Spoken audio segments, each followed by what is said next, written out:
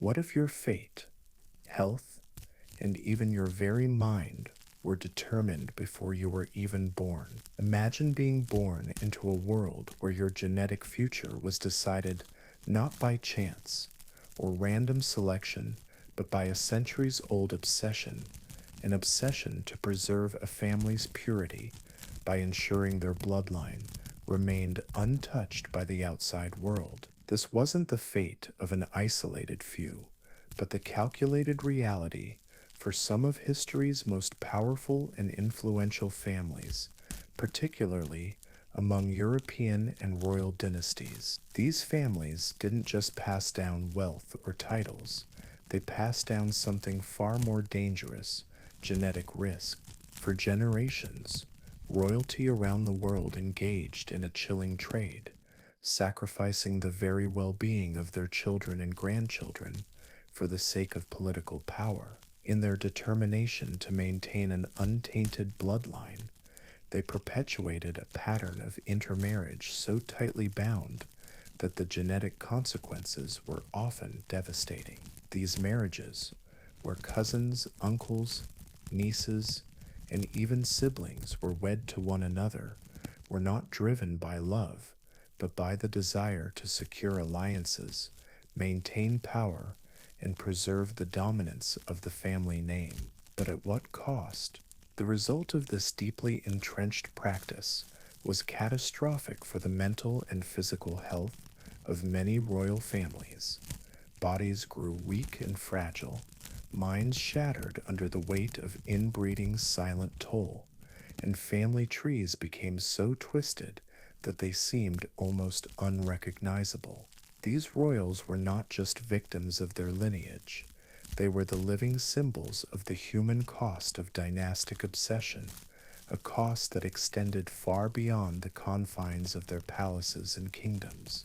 This is the hidden story of some of the most tragic women in history, whose lives were marred by the very thing their families sought to preserve: purity of blood. In their relentless pursuit of power, royal families, unknowingly or perhaps callously, traded their children's health for political dominance. These women, often the most vulnerable members of their families, became the unwitting bearers of this legacy. Their stories are the often untold chapters of history, shrouded in silence, only now being uncovered to reveal the harsh realities of this genetic gamble.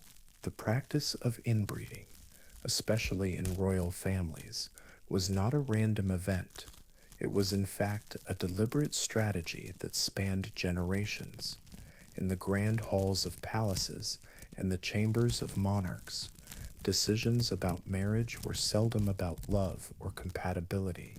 Instead, they were about politics, alliances, and the preservation of bloodlines. Monarchs knew that to secure their power, they needed to marry within their circles, consolidating influence and keeping their dynasties intact. But what they didn't realize, or perhaps chose to ignore, was the genetic toll these unions would take on the subsequent generations.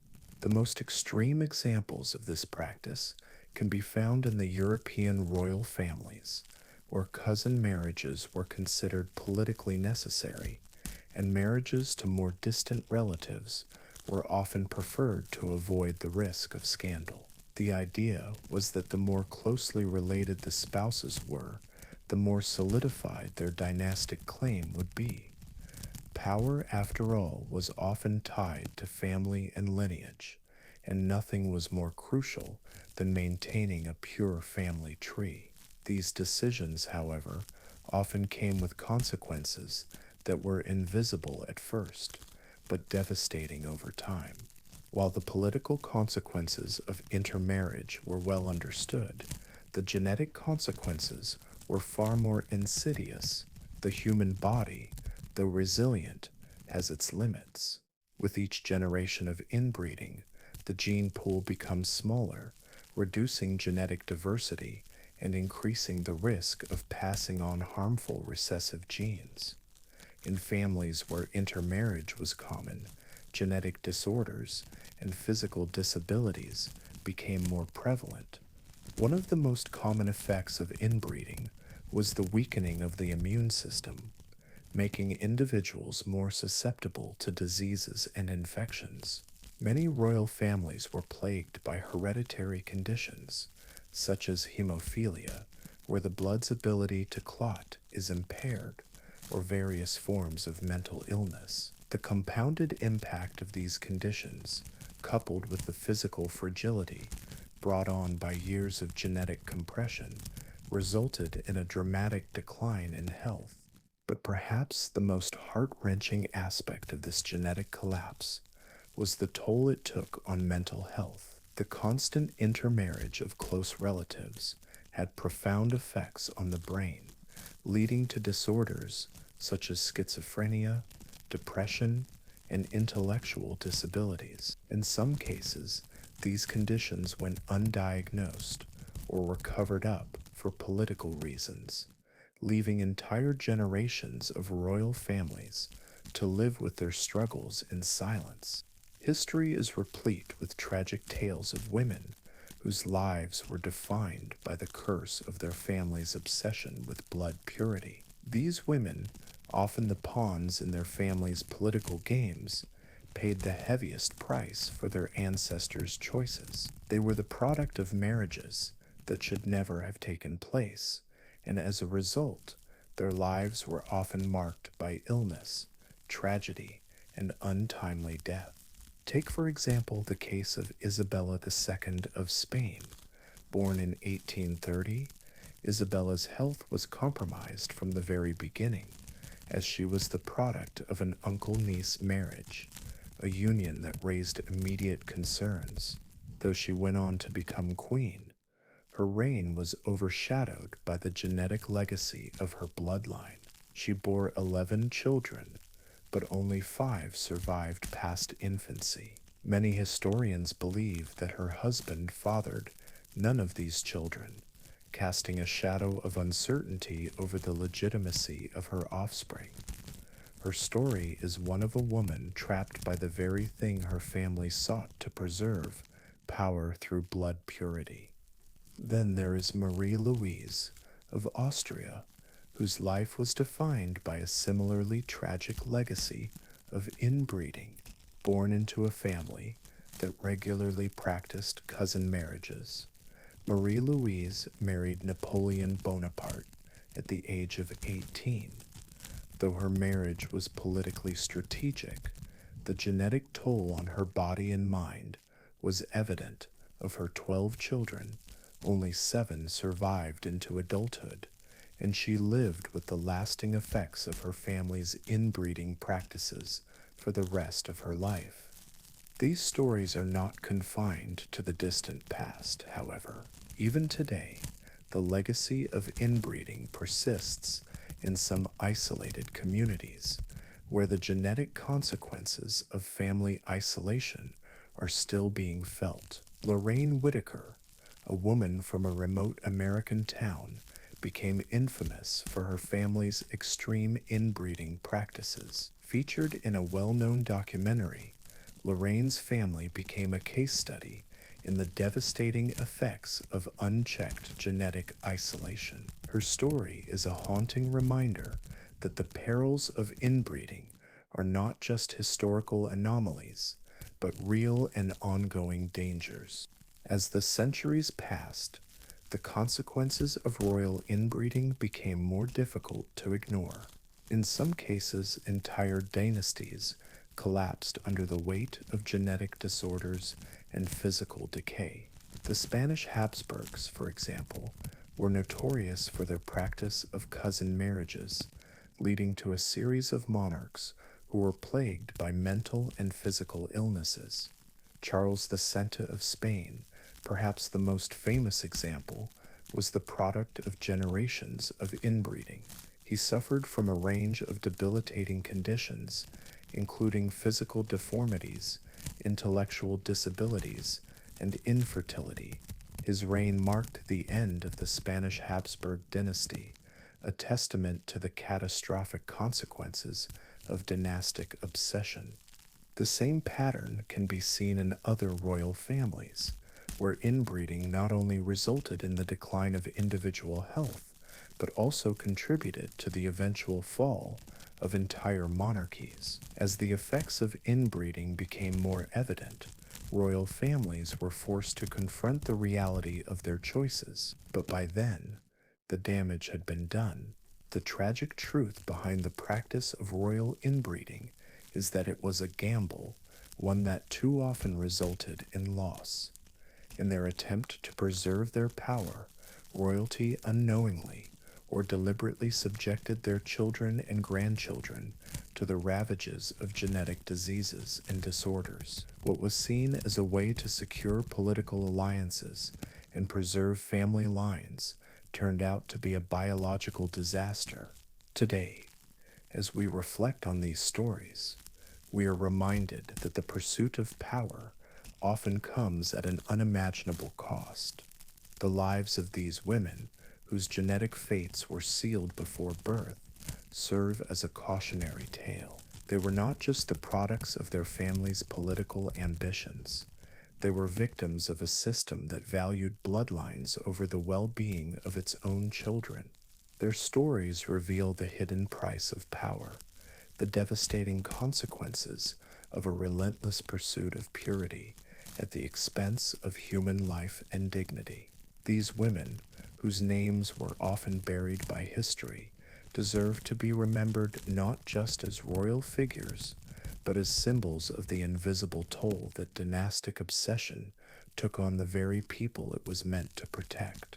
Inbreeding, though largely discredited as a dynastic tool, continues to have consequences in isolated communities around the world. While modern genetics and the understanding of heredity have helped prevent many of the devastating effects of inbreeding, the legacy of this practice lives on. Today we can see how families and communities that are cut off from the outside world, whether by geography, culture, or choice, continue to face the risks of genetic isolation. The stories of women like Isabella II, Marie Louise, Lorraine Whitaker, and others are not just relics of the past. They are a reminder of how unchecked power and isolation can lead to devastating consequences, not just for those in power, but for future generations. These women's lives, marked by the genetic gamble their families played, reveal the high cost of maintaining power at all costs. As we look to the future, the lessons of these royal families and isolated communities should remind us that the pursuit of power, while often noble, can come with unintended consequences. The lives of those who came before us, shaped by the invisible forces of genetics and history, offer us a powerful and sobering lesson in the true cost of dynastic obsession. Isabella II of Spain, born in 1830, lived a life shaped by the invisible forces of her bloodline, forces that would ultimately define her reign and burden her with a legacy of suffering, tragedy, and unanswered questions. When we think of monarchs and royalty, we often envision grandeur, opulence, and untold power, but Isabella's story offers a far more somber and unsettling narrative, one not marked by the splendor of royal life, but by the suffocating weight of a family history that was at once politically charged and biologically compromised. Her reign, spanning from 1833 to 1868, was overshadowed not by her triumphs, but by the heavy toll her ancestry exacted on her physical and mental health. Born into the Spanish Bourbon dynasty, Isabella's life began with a complicated and deeply entangled family tree. Her parents, King Ferdinand VII of Spain and his fourth wife, Maria Cristina of the Two Sicilies, were the product of generations of intermarriage, a practice that was common among European royal families at the time, designed to preserve power and secure political alliances. However, this focus on maintaining dynastic purity had an unintended and tragic consequence: genetic defects that slowly eroded the physical and mental well-being of those who bore the royal name. In Isabella's case, the genetic legacy of her family was not just a matter of politics, it was an inescapable reality that would shape her very existence. Her parents' marriage, marked by a union between an uncle and his niece, set the stage for the troubled course that Isabella's life would take. From the moment of her birth, there were concerns about her health. Inbreeding within royal families, though often seen as a way to preserve political power, carried inherent genetic risks. For generations, Spanish royalty had intermarried with other European noble families, creating a tangled web of shared genes. The result was a genetic pool so shallow that diseases, both physical and mental, began to surface in successive generations. Isabella, though a beloved figure to her people, bore the physical evidence of this genetic legacy, with health issues that would follow her throughout her life. As a young girl, Isabella's health was fragile, and there were early indications that she might not survive to adulthood. Her health problems were compounded by the extraordinary pressures placed upon her as a royal heir. The weight of expectation was immense. She was the future of the Spanish monarchy, and from an early age it was clear that her existence was not her own, but part of a much larger political game. Isabella's life, it seemed, was being shaped not by her own desires, but by the relentless push of dynastic power, a power that demanded the preservation of bloodlines, no matter the cost. Her very survival seemed to be a part of a larger political agenda. Her birth and life were, after all, the culmination of a long and complex lineage, a lineage that had been carefully crafted and twisted for generations in the service of political might. By the time Isabella reached the age of 16, her family arranged for her to marry her double second cousin, Francisco de Assis, Duke of Cadiz. This was not a marriage based on love or affection, but one forged for political reasons. It was a continuation of the centuries-old practice of intermarriage among royal families to secure political alliances and maintain the purity of bloodlines. Yet for Isabella, this marriage would mark the beginning of an even darker chapter in her life. Though she would go on to bear 11 children throughout her marriage, only 5 of them survived infancy. In an era where infant mortality rates were high, it might not seem all that unusual, but for Isabella, this was the tragic manifestation of the genetic toll her family's inbreeding had exacted upon her.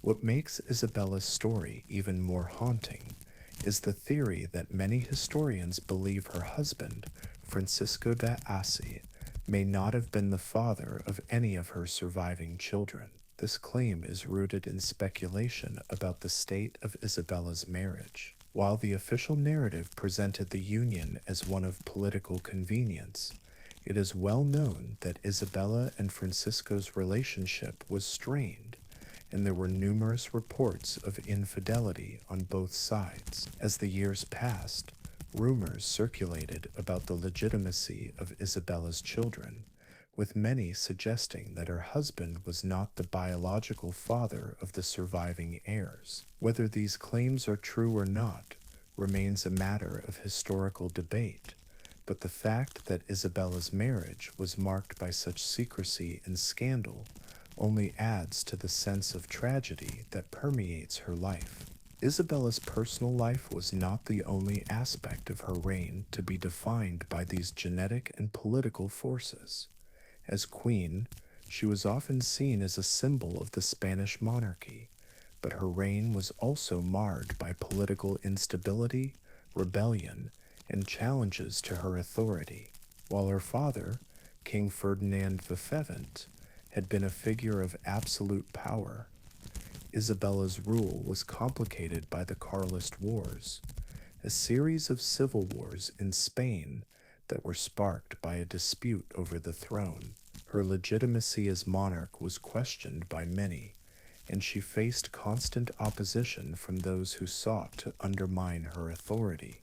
As the ruler of a nation divided, Isabella's power was constantly challenged, and her personal struggles were compounded by the political chaos that engulfed Spain during her reign. The challenges Isabella faced as queen were not limited to her political struggles. Her health, already compromised by the genetic legacy of her family, began to deteriorate over time. It is believed that her frailty was not just physical, but mental as well. The stress of her reign, combined with the pressure of maintaining a royal bloodline, took a toll on her mental state. The instability of her reign, combined with her personal suffering, made Isabella a tragic figure in the annals of history.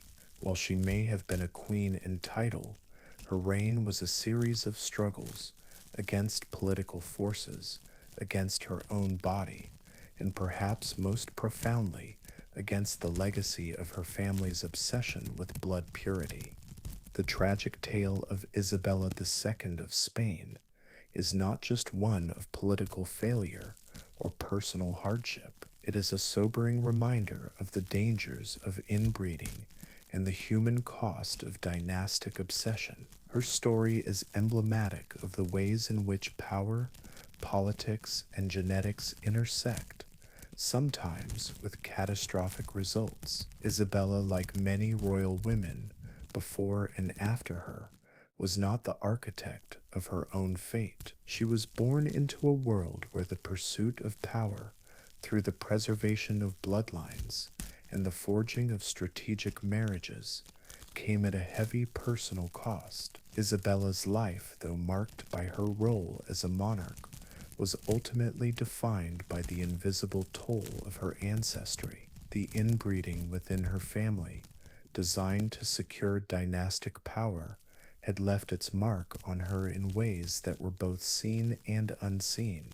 Isabella's reign ended in 1868, when she was forced to abdicate the throne in the face of mounting opposition. Her abdication was not just a political defeat, but a personal one, marking the end of a dynasty that had been inextricably linked to the genetic legacy of its rulers. The Spanish monarchy, which had once been so powerful, was forever altered by the events of Isabella's reign, and her personal struggles, both physical and political, became part of the larger narrative of Spain's decline. Isabella's abdication was the culmination of a life defined by the pressures of a royal bloodline and the sacrifices demanded by the pursuit of power.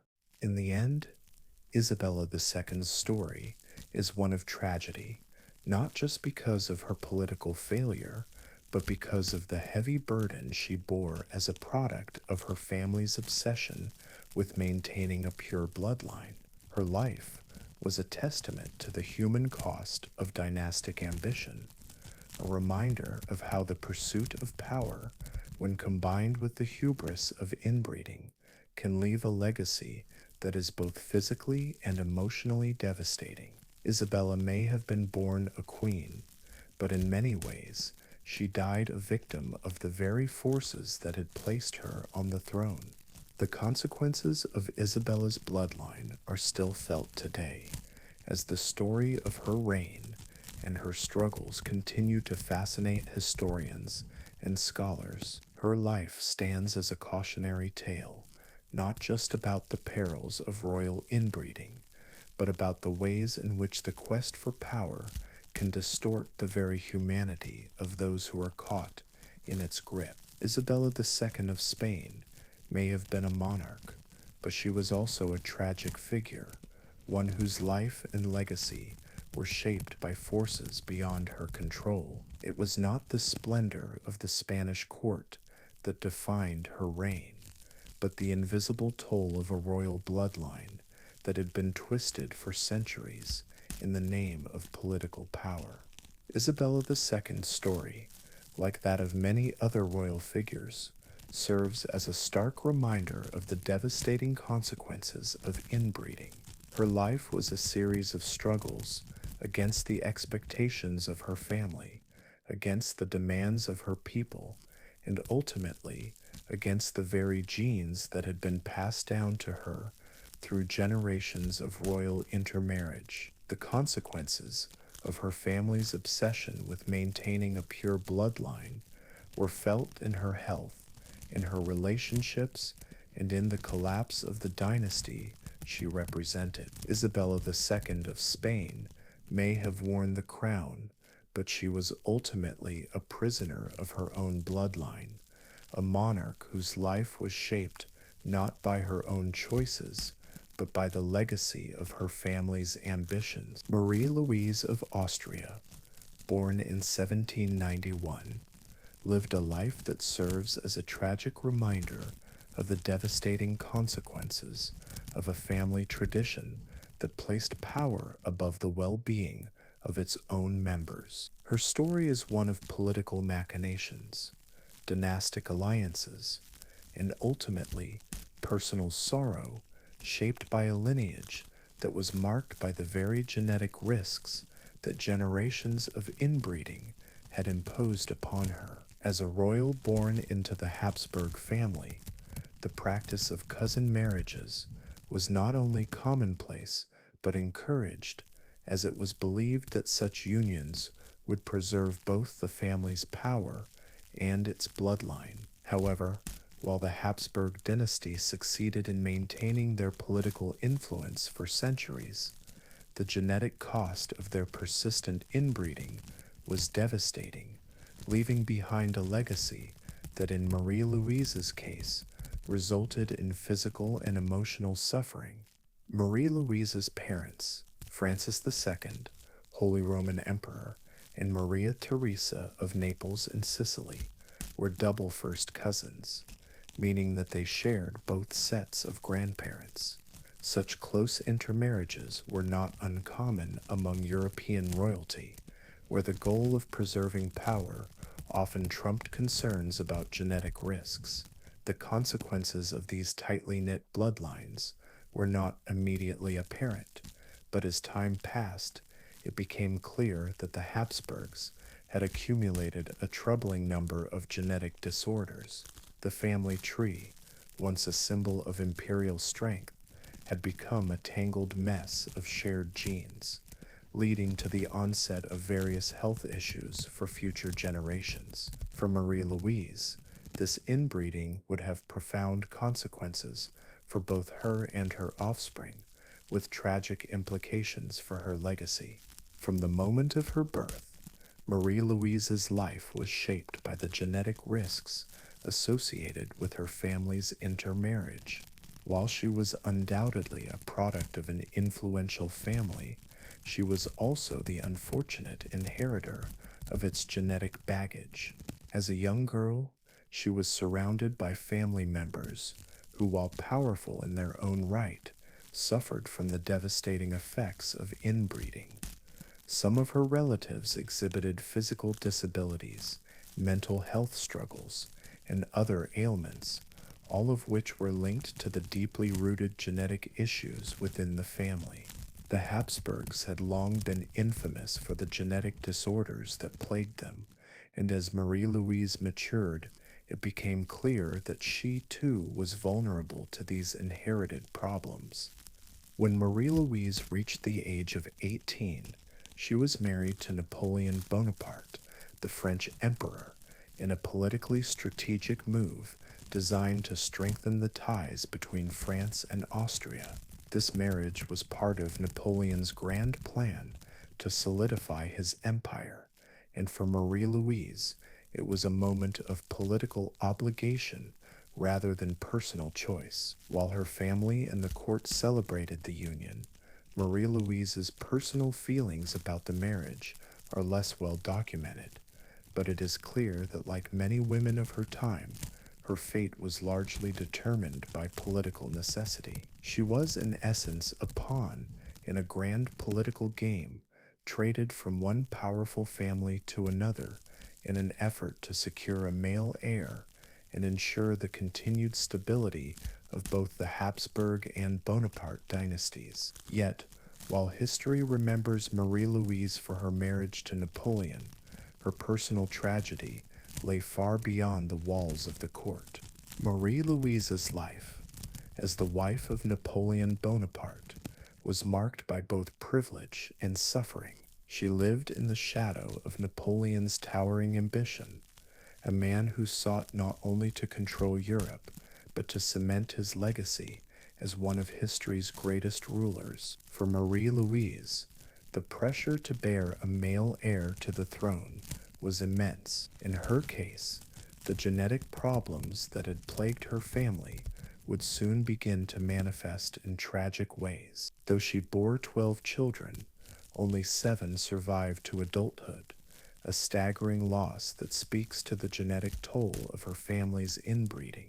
The high infant mortality rate within the Habsburg family was not unusual, given the history of cousin marriages, but for Marie Louise, it was a particularly heartbreaking and personal consequence of a genetic heritage that she could neither escape nor control.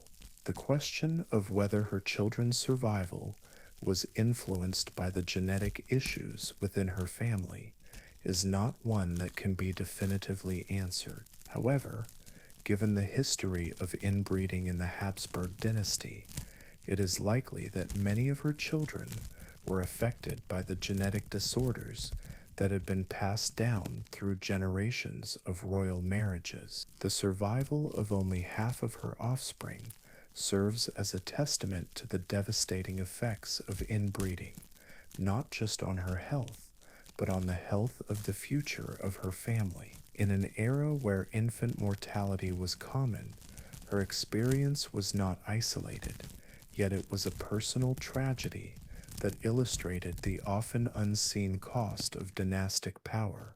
Marie Louise's physical health was also affected by the genetic legacy of her family, though she was not known for suffering from extreme physical disabilities. Her health was delicate, and she experienced frequent illnesses throughout her life. This fragility, which was evident both in her early years and throughout her marriage, is believed to have been a result of the genetic issues that had accumulated over generations of intermarriage. The mental and emotional toll of her experiences, including the pressure of her marriage to Napoleon and the loss of several children, cannot be overstated. In a world where royal women were expected to perform their duties without question, Marie Louise's health struggles were often overlooked, and she was forced to maintain the appearance of strength and stability despite the personal pain she endured.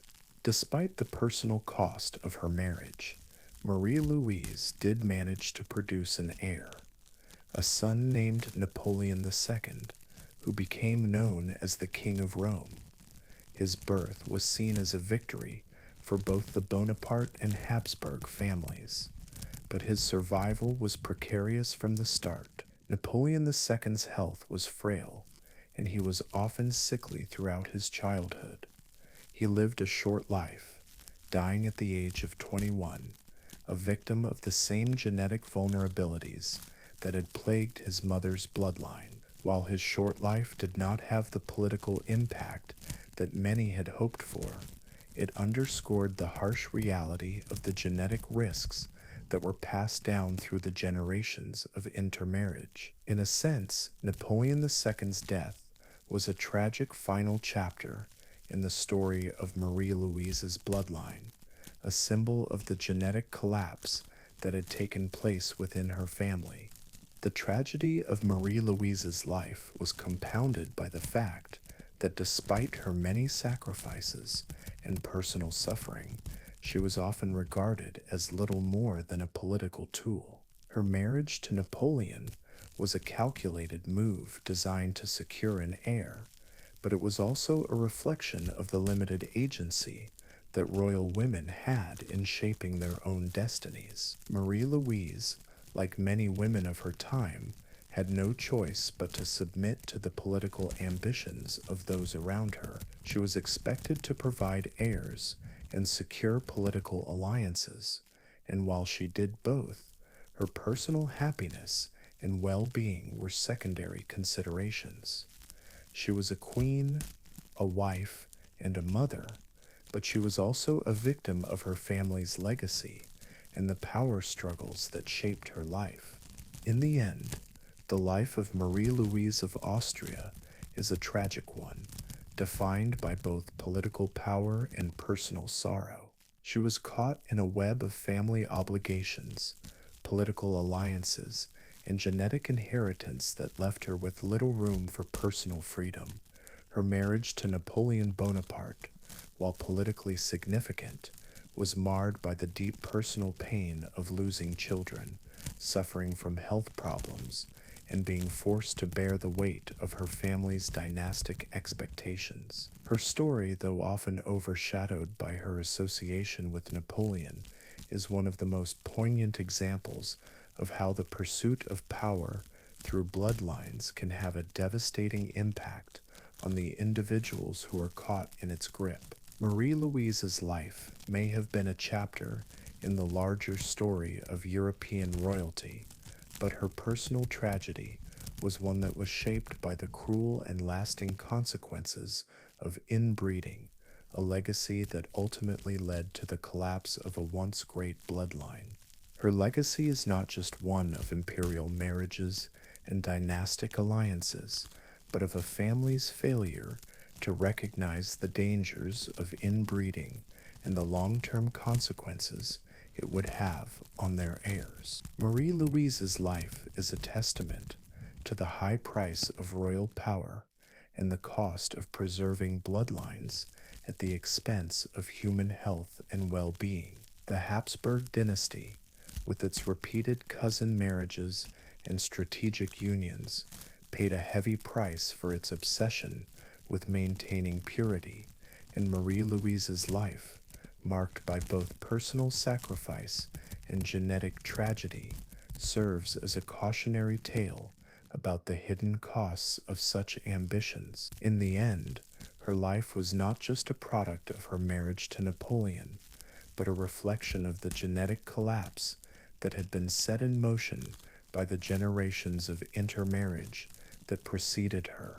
Lorraine Whitaker's story is one of the most unsettling and disturbing accounts of inbreeding in modern times. While many people associate inbreeding with royal bloodlines and the dynastic pursuits of European monarchies, Lorraine's case brings this dark legacy into the contemporary world, showing that the dangers of genetic isolation are not just a relic of history, but a present-day reality with dire consequences. Born into a deeply isolated and insular community in rural America, Lorraine was part of a family whose extreme inbreeding practices had been allowed to continue for generations, a tragedy compounded by the ignorance and neglect that surrounded their existence. Lorraine's family became infamous after a documentary brought their story to the world's attention, revealing the terrifying results of unchecked genetic isolation and the long-term damage it had inflicted upon the members of the Whitaker family. The Whitakers' case is a chilling reminder that inbreeding isn't an issue confined to the past, nor is it limited to the royal families of Europe. The family had isolated themselves from the outside world, living in seclusion in a remote area where they continued a pattern of intermarriage and genetic repetition.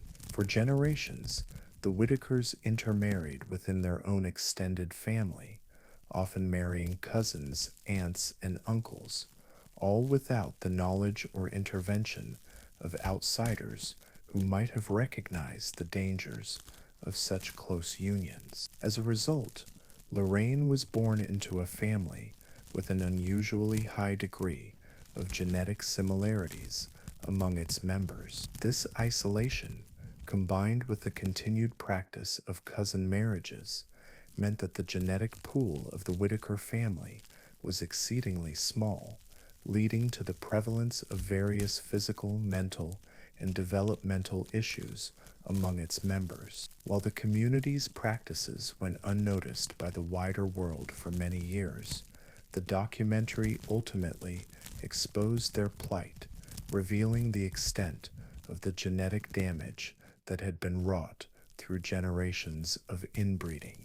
Lorraine Whittaker herself became the focus of widespread media attention due to the devastating effects of her family's genetic isolation. As one of the most inbred individuals alive, Lorraine's appearance and health were deeply affected by the genetic conditions that ran through her bloodline. Like many of her relatives, Lorraine suffered from physical and cognitive impairments that were a direct result of the genetic defects passed down through generations of intermarriage. Her mental faculties were significantly impaired, and her speech was often difficult to understand, a symptom of the neurological and developmental conditions caused by the inbreeding within her family. Additionally, her physical appearance reflected the genetic deformities that resulted from the limited gene pool, making her one of the most visibly affected individuals in the family. While Lorraine was undoubtedly one of the most severely affected members of the Whittaker family, her story is also intertwined with that of her son, Timmy Whittaker, who is believed to be one of the most genetically compromised individuals alive today. Timmy, like his mother, was born into a family where inbreeding had created an environment in which the expression of harmful recessive genes was far more likely. As a result, Timmy exhibited a range of severe developmental and cognitive issues, making him one of the most tragic and visible outcomes of the Whittakers' continued practice of inbreeding. His condition, which was widely documented in the documentary about the Whittaker family, highlighted the shocking impact of unchecked genetic isolation in a modern society that often overlooks the dangers of such practices when they occur outside the mainstream public eye. The Whittaker family's story was not just a personal tragedy, but a larger societal issue. Their isolation was not simply the result of a few bad choices or a set of unfortunate circumstances. Rather, it was part of a much larger and more insidious pattern of neglect, ignorance, and deliberate isolation that allowed the cycle of inbreeding to continue unchecked for decades. The family's secluded lifestyle in rural America, far from the intervention of modern medical and genetic knowledge, allowed them to perpetuate their damaging practices without being subjected to the scrutiny or intervention of the outside world. In many ways, the Whittakers' story is a testament to the dangers of living in isolation, both physically and socially, and how such isolation can exacerbate already dangerous practices that were once considered acceptable but are now understood to be harmful to future generations. The Whittakers' story also raises important questions about the role of community and government intervention in preventing such extreme cases of inbreeding.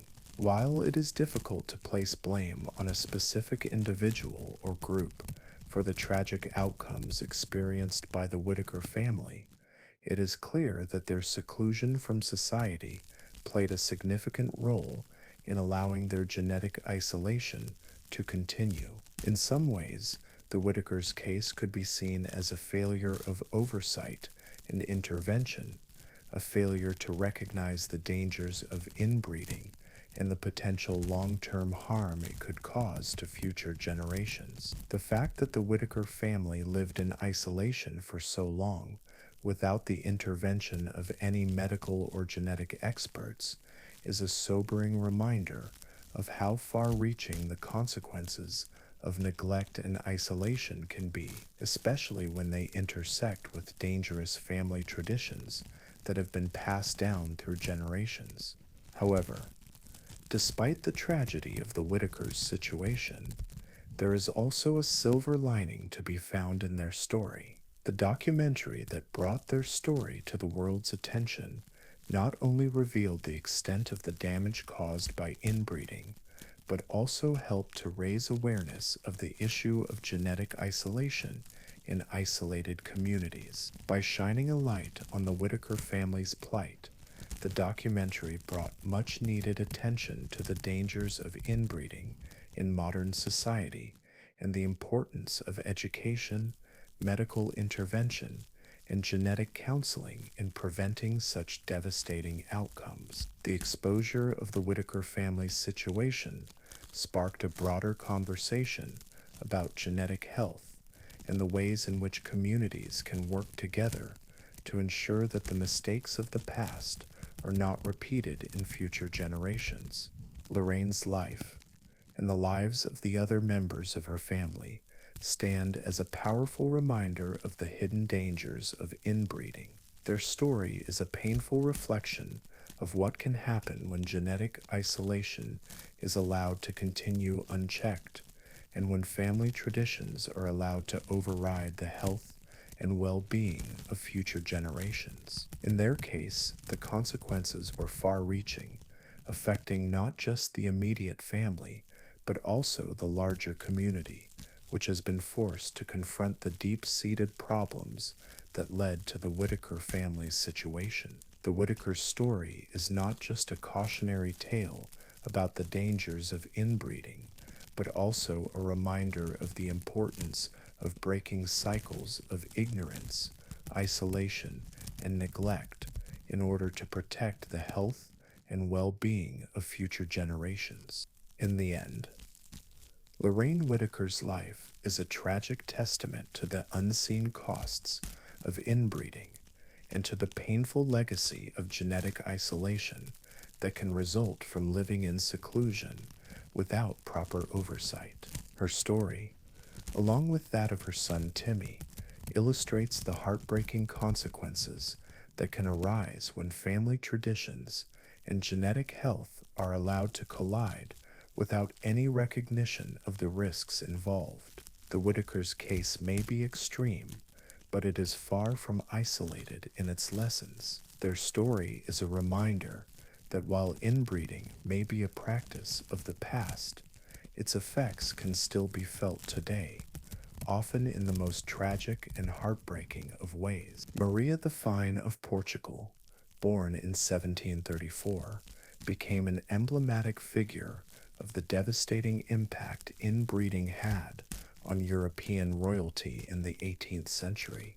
Her life, though marked by royal grandeur and political importance, was overshadowed by the tragic consequences of a family tradition that saw the intermingling of bloodlines in an attempt to maintain power and political alliances. In an era when maintaining a pure bloodline was considered the key to securing political stability and dynastic succession, the practice of intermarriage within royal families was common. Yet the severe genetic consequences of such unions were seldom recognized. Maria's story is a somber reminder of the toll that this obsession with preserving dynastic purity took not only on her personal health, but on the future of her family and the state she was meant to govern. Maria's parents, King Joseph I of Portugal and Maria Anna of Spain, were not just cousins, they were double cousins, sharing both sets of grandparents. This degree of interrelation may seem extreme by today's standards, but for many royal families, cousin marriages were a regular part of the political landscape. The goal of such unions was often to preserve political alliances, strengthen family ties, and ensure that royal blood remained pure. However, this practice came at a cost that was not immediately apparent to those in power, but became all too evident as the generations passed. The genetic repercussions of such closely related marriages were disastrous, leading to the birth of children who were physically and mentally fragile. The ramifications of this intermarriage became apparent in Maria's own life. Maria's early years were marked by health issues, which were likely the result of the genetic flaws passed down through her parents' union. The Habsburgs, who had long been known for their practice of cousin marriages and strategic royal unions, were not alone in their disregard for the long-term genetic consequences of such alliances. Maria's parents, though powerful and influential in their time, were the product of a family tradition that placed political power above the well-being of its members, a decision that would reverberate throughout the generations. The genetic consequences for Maria and her siblings were immediate and severe. Of the many children born to Joseph I and Maria Anna, half did not survive infancy, and the ones that did often suffered from a range of physical and mental disabilities. The frequent infant mortality in royal families during this period is often attributed to a variety of factors, including the lack of modern medicine, but the genetic fragility caused by repeated inbreeding cannot be overlooked. The Habsburgs, the Spanish Bourbons, and many other European royal families shared this tragic pattern, where successive generations were plagued by physical deformities, mental health issues, and shortened lifespans. As Maria aged, the physical and mental toll of her family's genetic legacy began to take a much more profound toll. Her once promising future as a queen and ruler became clouded by health issues that were exacerbated by the inbreeding within her bloodline. Maria's mental health, in particular, began to deteriorate as she entered adulthood, and she became increasingly unable to fulfill her duties as queen. Historians and biographers have suggested that Maria's descent into mental illness was not just a personal tragedy, but a direct consequence of the repeated inbreeding that had occurred within her family for generations. The toll of these genetic issues, combined with the pressures of ruling a kingdom, was too much for Maria to bear. She became erratic, unpredictable, and was eventually deemed unfit to rule. The decision to marry Maria off to her uncle, the Duke of Braganza, was a desperate attempt to solidify the family name and ensure the continuation of the royal bloodline. The marriage was not driven by love or personal desire, but by political necessity. Maria's union with her uncle was another tragic chapter in the history of European royal inbreeding, a decision that only compounded the already disastrous consequences of her family's genetic legacy. While it was hoped that this marriage would strengthen the royal family and preserve its power, it only intensified the genetic problems that had plagued her from the beginning. The effects of inbreeding were not just physical, they were also psychological, and Maria's marriage to her uncle only served to amplify the toll of the repeated genetic issues in her family. Maria's deteriorating mental health made it increasingly difficult for her to fulfill her duties as queen, and the situation became untenable. While her reign was initially marked by efforts to modernize Portugal and consolidate the monarchy, these ambitions were gradually overshadowed by her declining health and her inability to maintain control over her kingdom. It was a tragic irony that despite being born into a powerful royal family, Maria's life and reign were ultimately undone not by external enemies or political rebellion, but by the invisible burden of her family's repeated inbreeding. The toll that inbreeding took on her mental and physical well-being was a silent force that slowly eroded her ability to govern, and her eventual removal from the throne was a direct consequence of this genetic collapse. Maria's tragedy was not an isolated one. Her story is representative of the countless other royal women whose lives were shaped by the burdens of inbreeding, with the consequences of their families' choices often hidden from public view until it was too late. While Maria's story may be one of the more poignant examples, many other royal families throughout Europe faced similar challenges as they sought to preserve power through intermarriage, only to see their bloodlines unravel due to the devastating effects of repeated genetic repetition. The Habsburgs, with their famous Habsburg jaw and a long history of genetic disorders, are perhaps the most famous example of this tragic pattern, but they were by no means alone. The Bourbon family, the Russian Romanovs, and many others faced similar challenges as their royal bloodlines became increasingly fragile due to the demands of maintaining political alliances through marriage.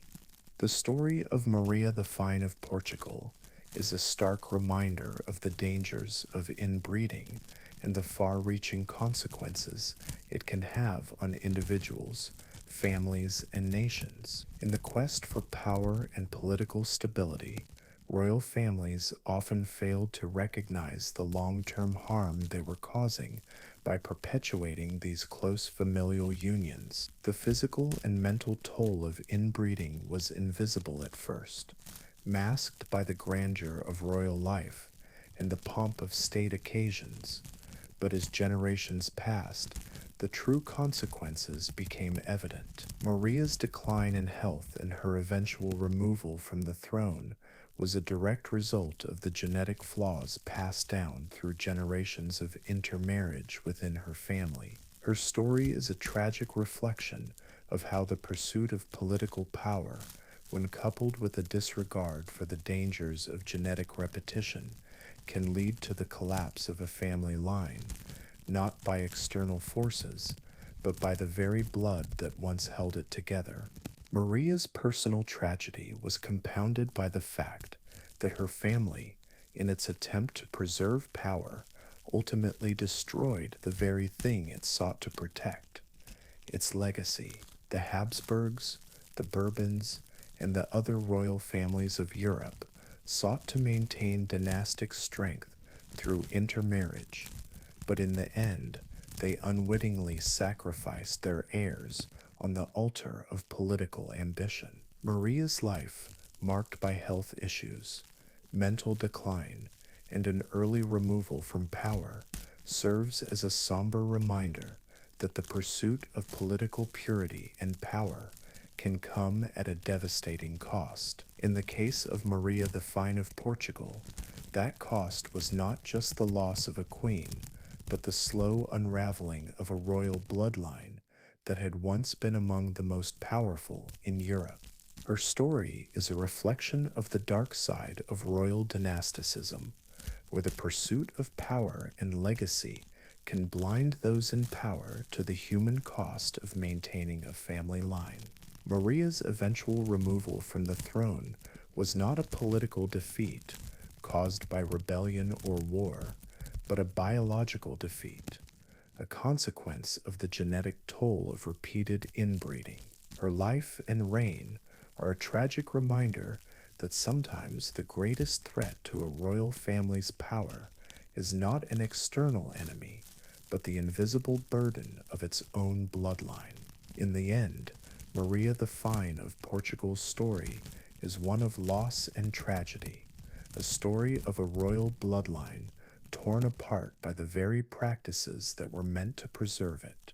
Marie Louise Elizabeth d'Orléans' life is a heartbreaking and tragic tale, one that could easily be extracted from the pages of a Gothic novel, with dark twists and fateful events marking her existence. Born into a royal family whose lineage was deeply entangled with dysfunction, her story is an unfortunate reflection of the price paid by those who, from birth, are caught within the relentless grip of dynastic duty. Her father, forced by the pressures of royal lineage and political strategy, was compelled to marry his cousin, continuing a dangerous tradition of intermarriage within the royal family. This union, though politically motivated, was marred by genetic and emotional ramifications that would be passed down to Marie Louise, shaping her life in the most painful of ways.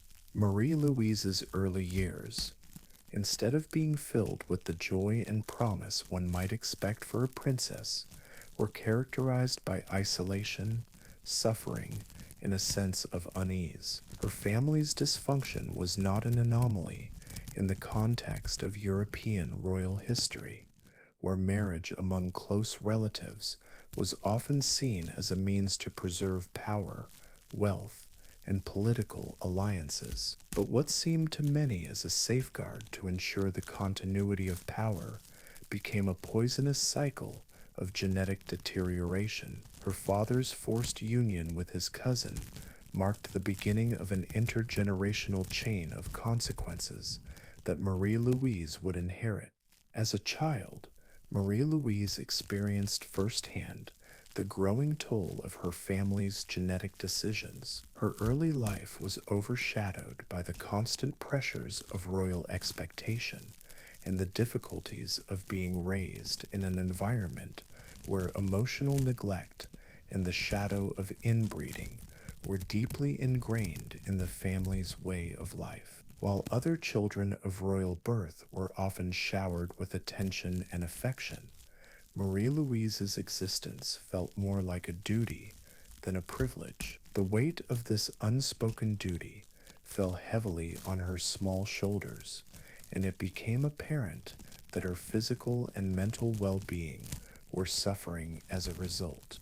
The pressure of royal expectations soon began to mount, and when Marie Louise came of age, she was married off to yet another cousin, Prince Charles of Berry, continuing the tragic cycle of familial intermarriage. This marriage, like many others in European royalty, was not a union based on love or affection, but rather one of political necessity.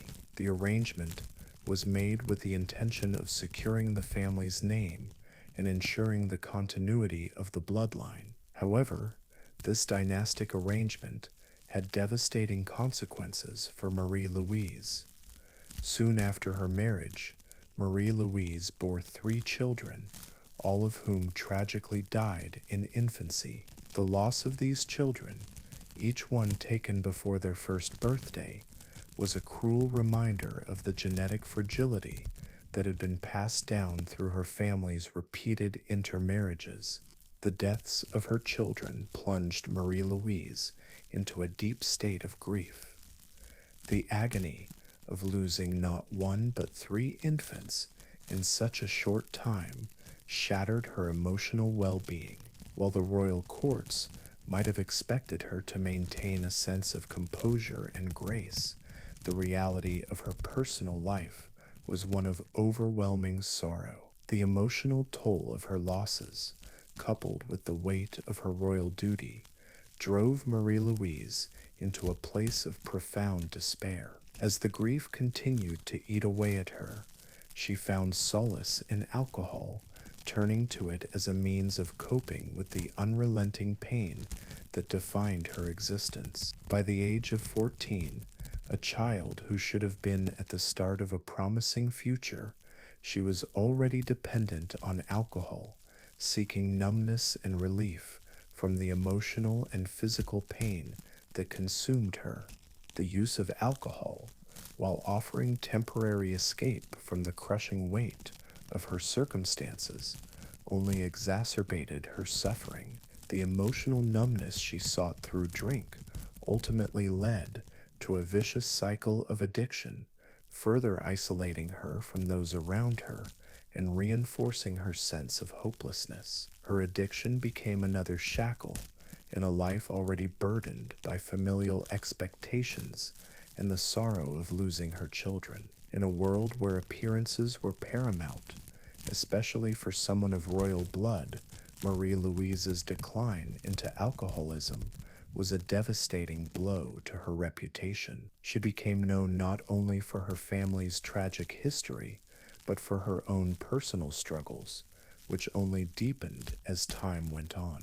Despite her many hardships, Marie Louise was not a woman without strength or resilience. Her ability to cope, however misguided and ultimately self-destructive, was a testament to the emotional endurance she possessed, even if that endurance was warped by the pain she carried. It is heartbreaking to think that a young woman of such potential and promise was consumed by forces beyond her control, not just the genetic consequences of her family's inbreeding, but also the unyielding weight of duty and expectation that she had been born into. The pressure of maintaining her royal lineage, the demands of her marriage, and the grief from her children's deaths were all too much for her to bear. Throughout her life, Marie Louise was trapped by a sense of inevitability. It seemed as if each part of her life, from her marriage to the death of her children, was predetermined by the very bloodlines that were supposed to ensure her family's prosperity and power. In a cruel twist of fate, the family that had hoped to preserve their name and legacy through the strategic union of cousins found themselves undermined by the very practice they believed would secure their future. The repeated intermarriage within her family, intended to strengthen the bloodline, only served to weaken it, leaving Marie Louise to carry the invisible burden of this failure. The consequences of her family's choices were not just physical, they were deeply emotional, marking her life with a sorrow that never seemed to lift. Marie Louise's tragic story is not an isolated one. Her life serves as a stark reminder of how the quest for dynastic purity, a quest that was so often intertwined with political necessity, could lead to unimaginable suffering. Her story echoes through the halls of European royalty, where similar tales of inbreeding, loss, and despair played out across generations. Royal families, in their desire to protect and maintain power, often sacrificed the very well-being of those who were meant to carry the family name forward. Marie Louise's life is a powerful illustration of how dynastic duty, when combined with a twisted family tree, can create a cycle of despair and dysfunction that reverberates through generations.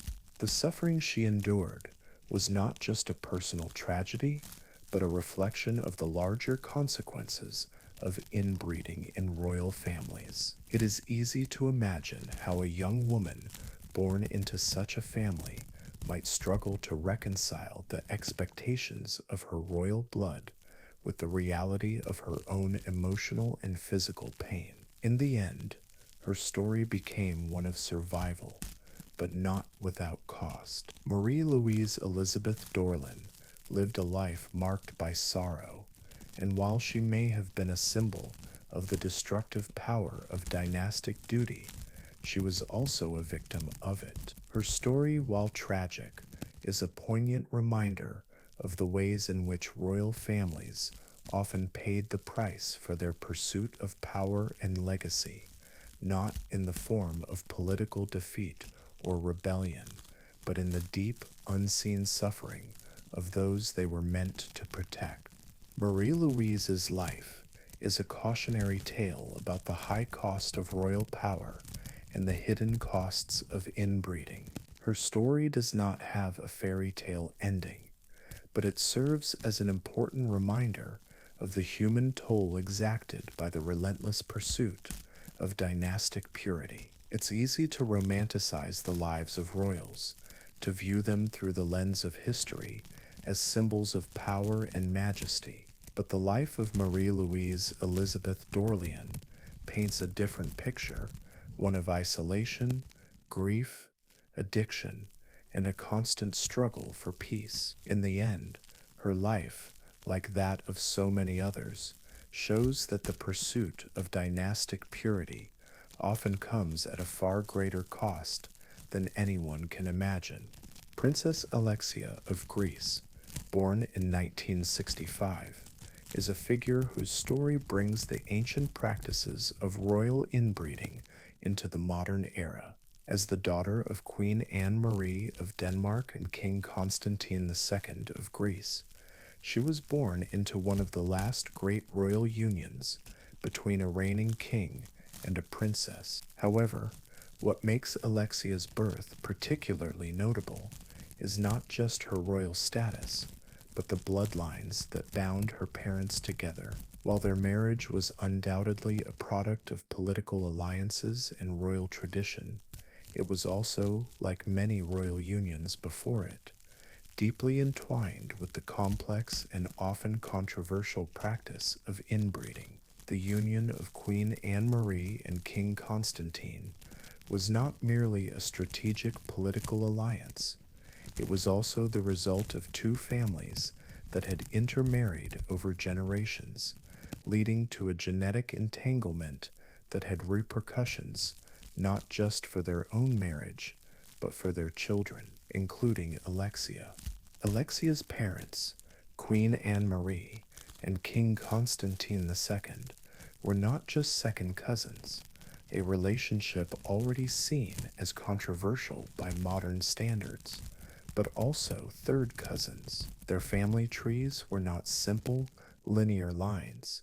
They were a complex web of intermarriages that had been woven together over centuries in an attempt to maintain royal bloodlines. This was not an isolated incident in the history of European royalty, as many royal families across the continent intermarried to maintain power and alliances. However, the intricate and repeated intermarriage of the Danish and Greek royal families ensured that the genetic overlap between Anne Marie and Constantine was far more significant than it might have appeared at first glance. In essence, their children were not just the heirs to two royal thrones, but also the products of centuries of genetic consolidation, with all the benefits and risks that such close interrelations bring.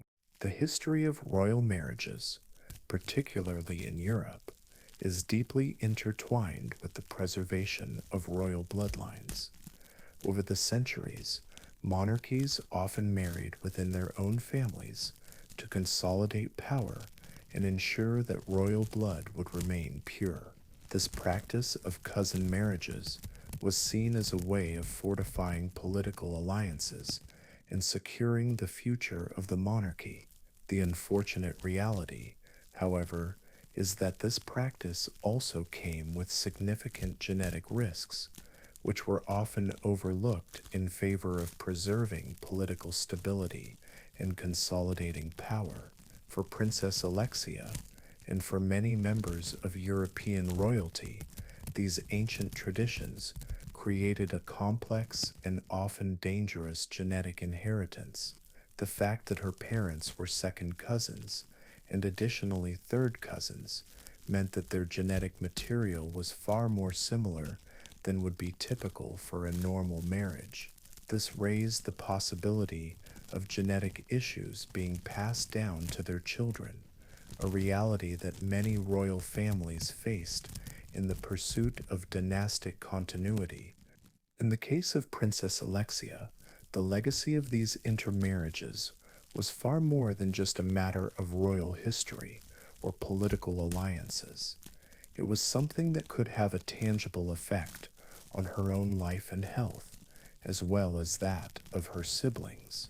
The practice of inbreeding, while often dismissed as a distant relic of history, continues to echo in the modern royal family, as seen in the case of Alexia.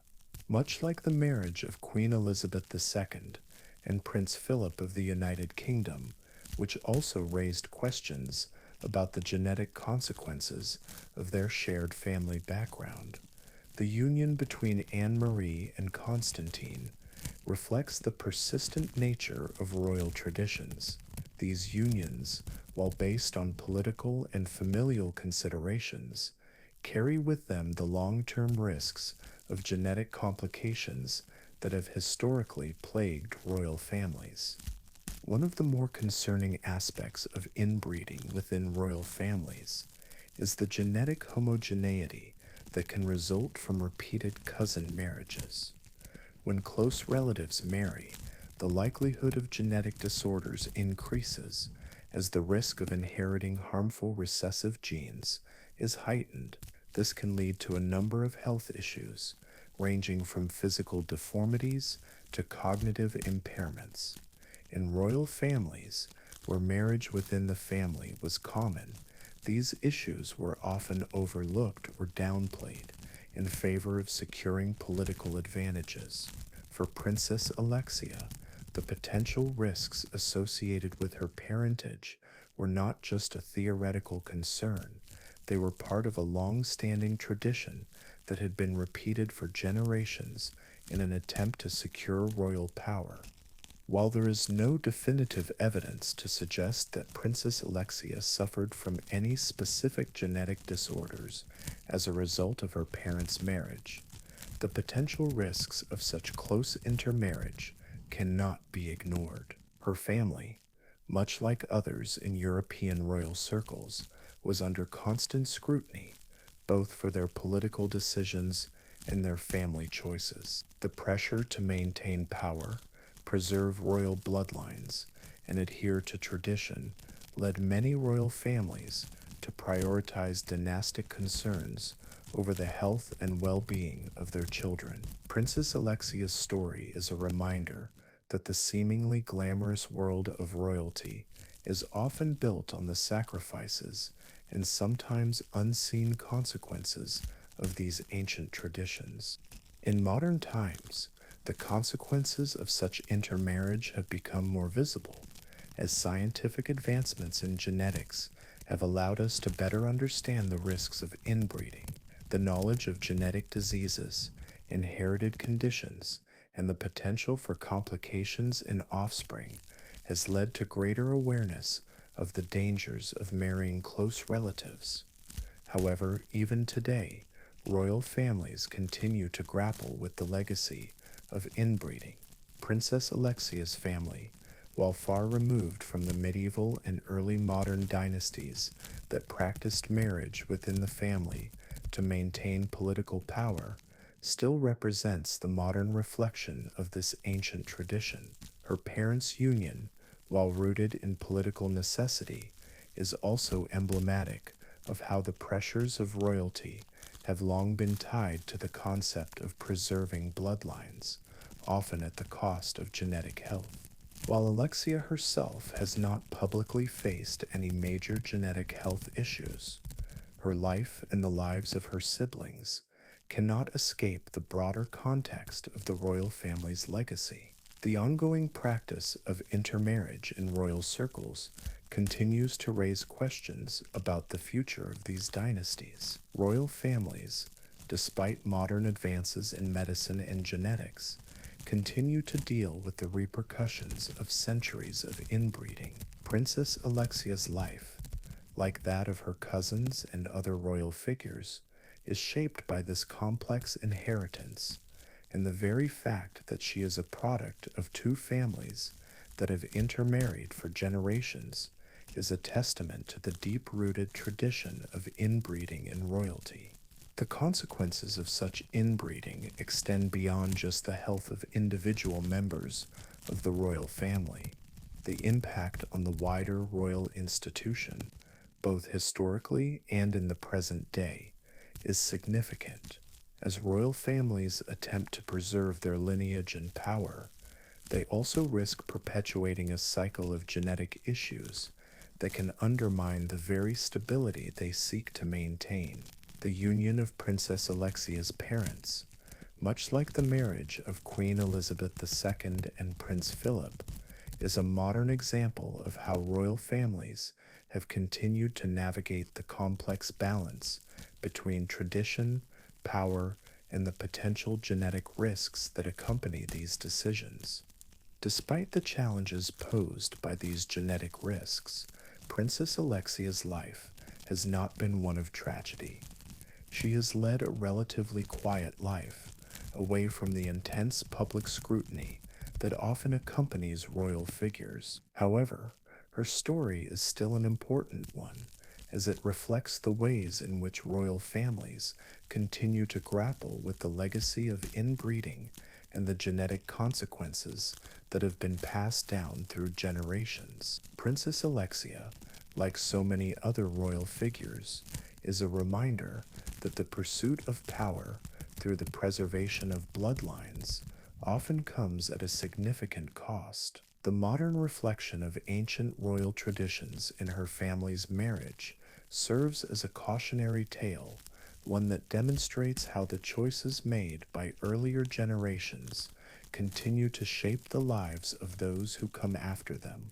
The marriage between Queen Anne Marie and King Constantine II, though politically motivated, is an example of how royal traditions can have lasting consequences. For Princess Alexia, her place in the royal family is marked not just by her status as a princess, but by the genetic legacy that she inherited. Her story is not just about royal power or the pressures of dynastic duty, but about how the choices made by her parents have impacted her and her siblings, and how those choices continue to reverberate through generations. In a world where genetic health is increasingly prioritized, the persistence of these royal traditions serves as a reminder of the complex intersection between politics, power, and genetics. Princess Alexia's life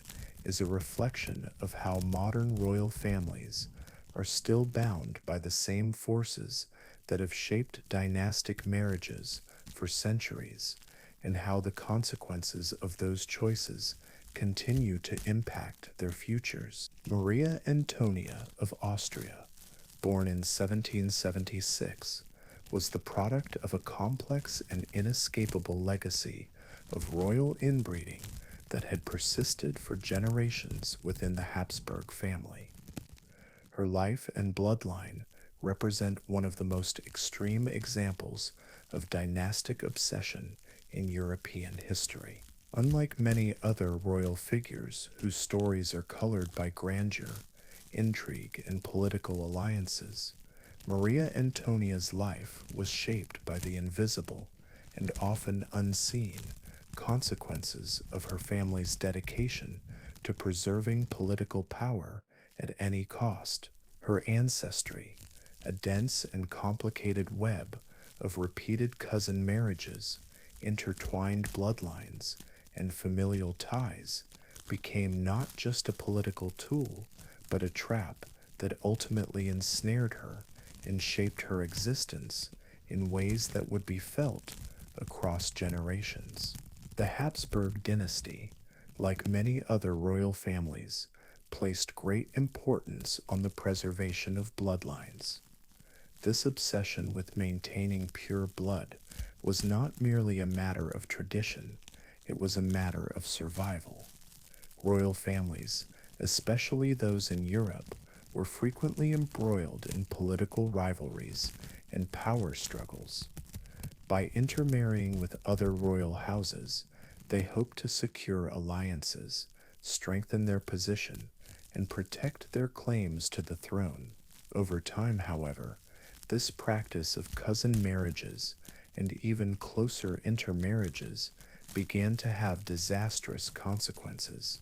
In the case of Maria Antonia, her ancestry was a tangled mess of interrelations so complex that it is almost impossible to trace without encountering repeated and overlapping family ties. Her own parents, Emperor Francis II and Maria Theresa of Naples and Sicily, were both direct descendants of multiple generations of cousin marriages, making Maria Antonia's family tree far more a web than a simple lineage. As one of the final generations of Habsburgs to bear the burden of this inbreeding, Maria Antonia's story stands as a warning about the human cost of preserving royal power through genetic repetition.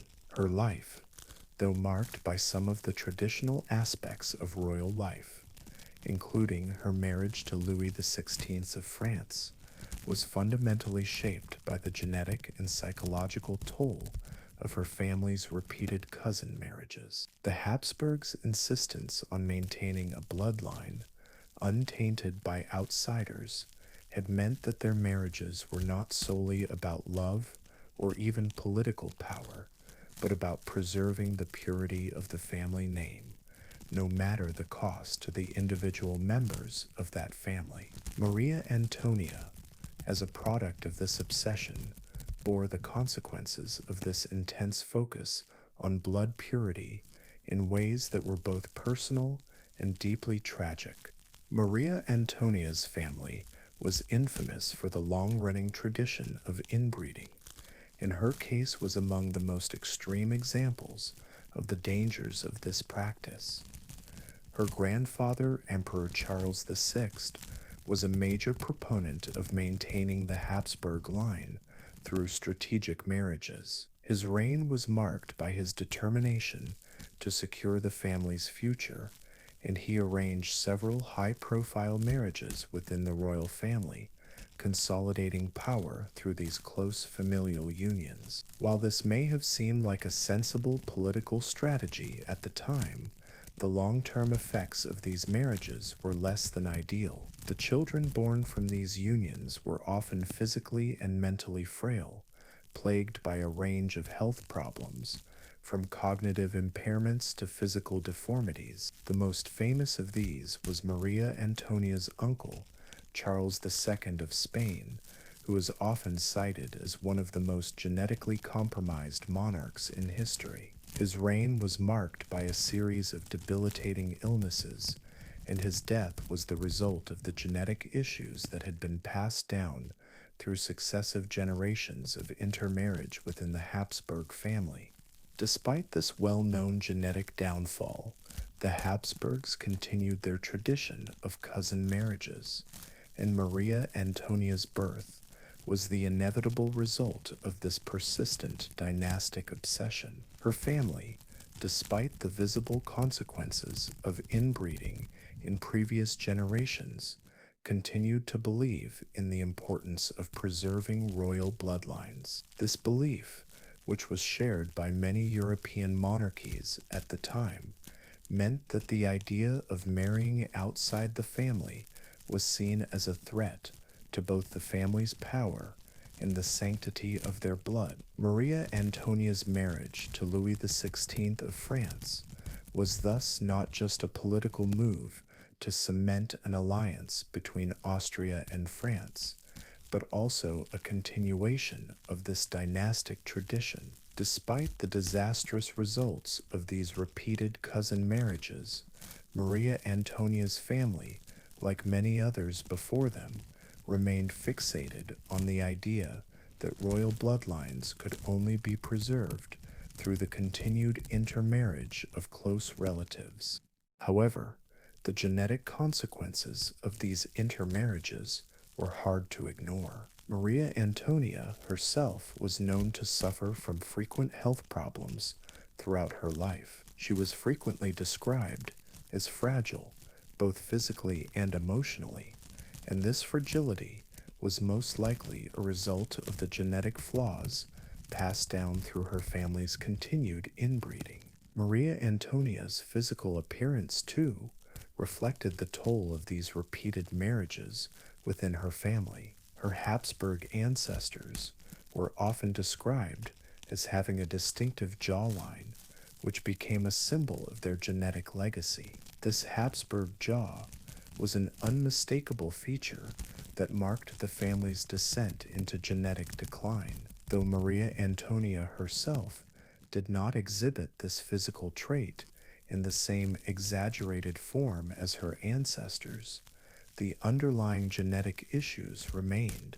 Despite the challenges of her personal health, Maria Antonia's story has often been overshadowed by her role in history, particularly her ill-fated marriage to Louis XVI and her tragic fate during the French Revolution. She is perhaps best known for her association with the tumultuous events of the French Revolution and her execution by guillotine in 1793, a moment that marks her as one of history's most tragic and misunderstood figures. While much of her legacy has focused on her role as Queen of France and her tragic death, it is important to recognize the deeply personal toll that her family's inbreeding had on her throughout her life. Her personal suffering, both physical and emotional, was the result of a legacy that had been passed down through generations of inbreeding.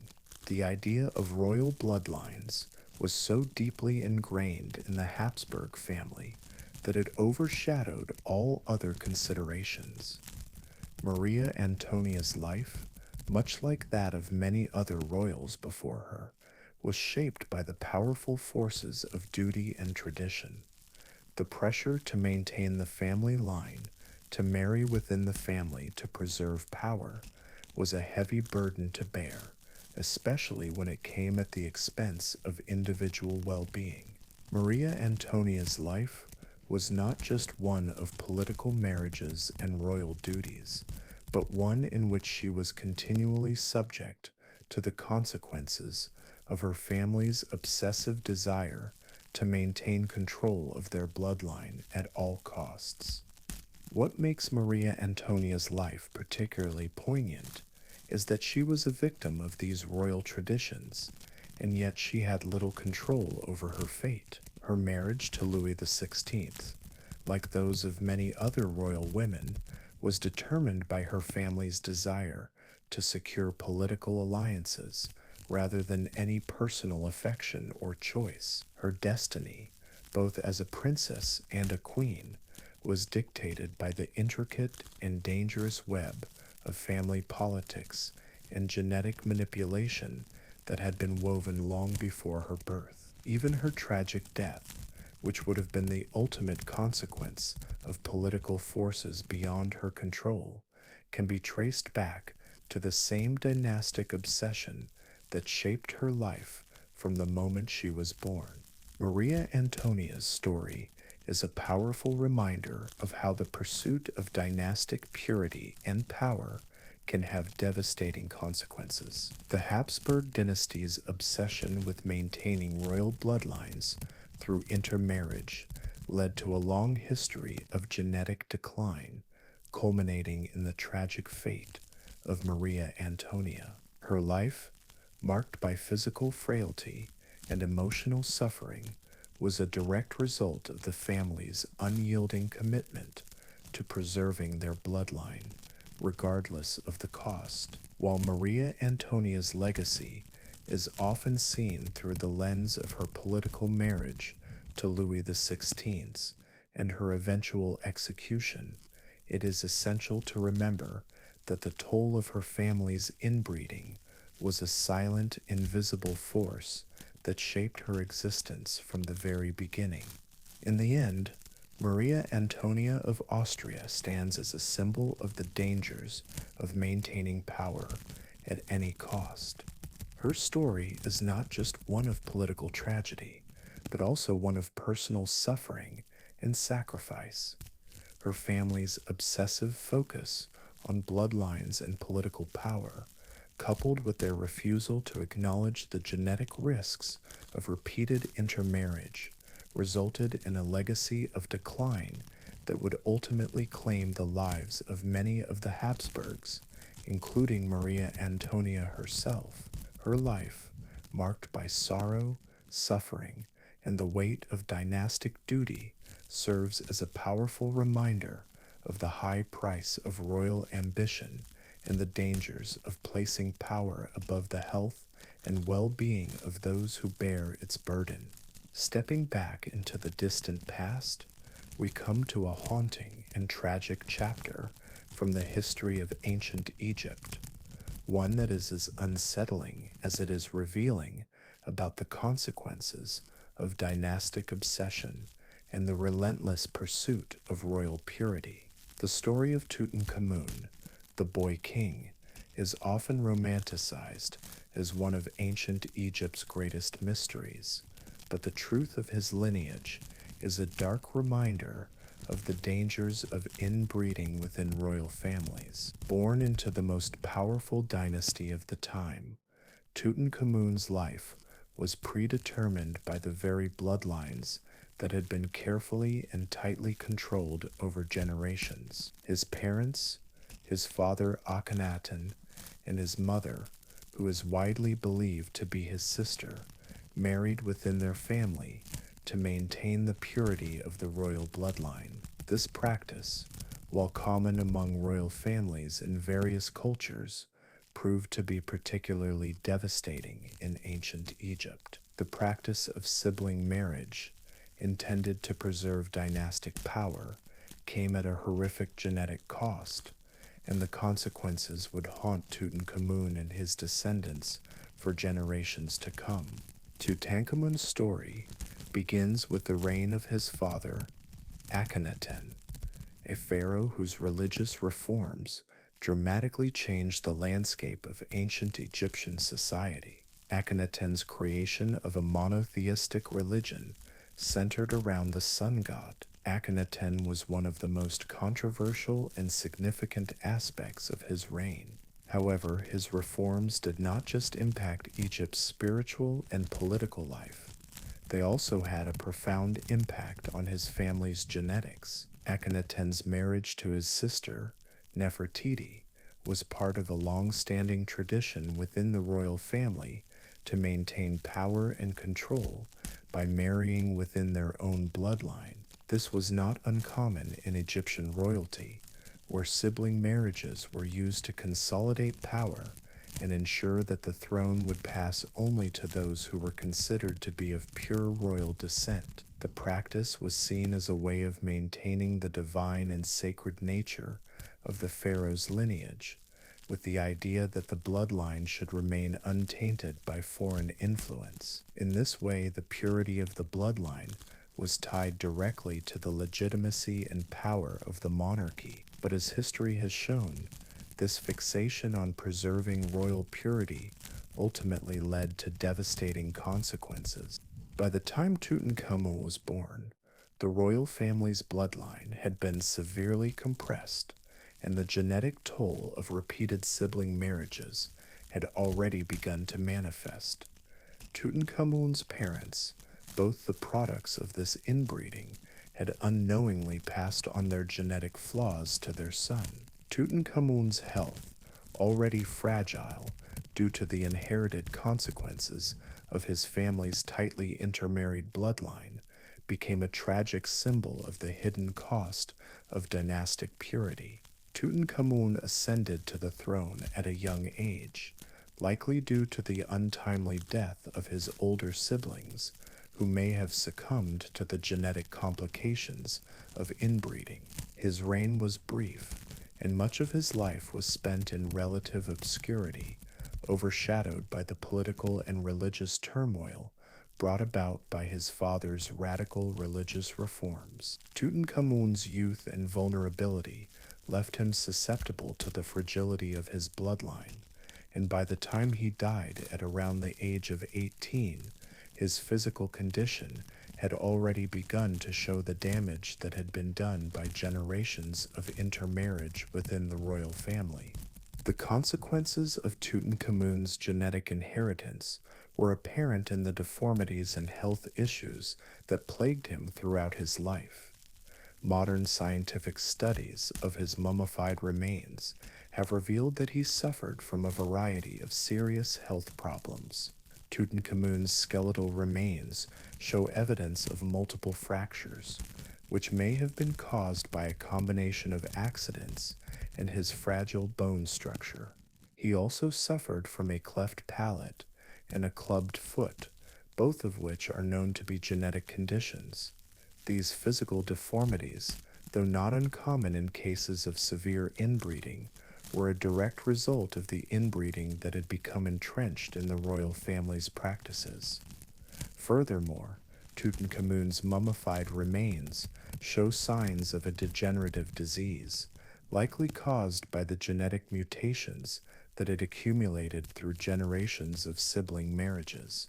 The combination of these physical ailments, coupled with his young age, suggests that Tutankhamun's life was marked by a constant battle for survival against the physical limitations imposed by his family's bloodline. In addition to his own health problems, Tutankhamun's death was further compounded by the tragic fate of his daughters, whose bodies were discovered as stillborn mummies, 317A and 317B.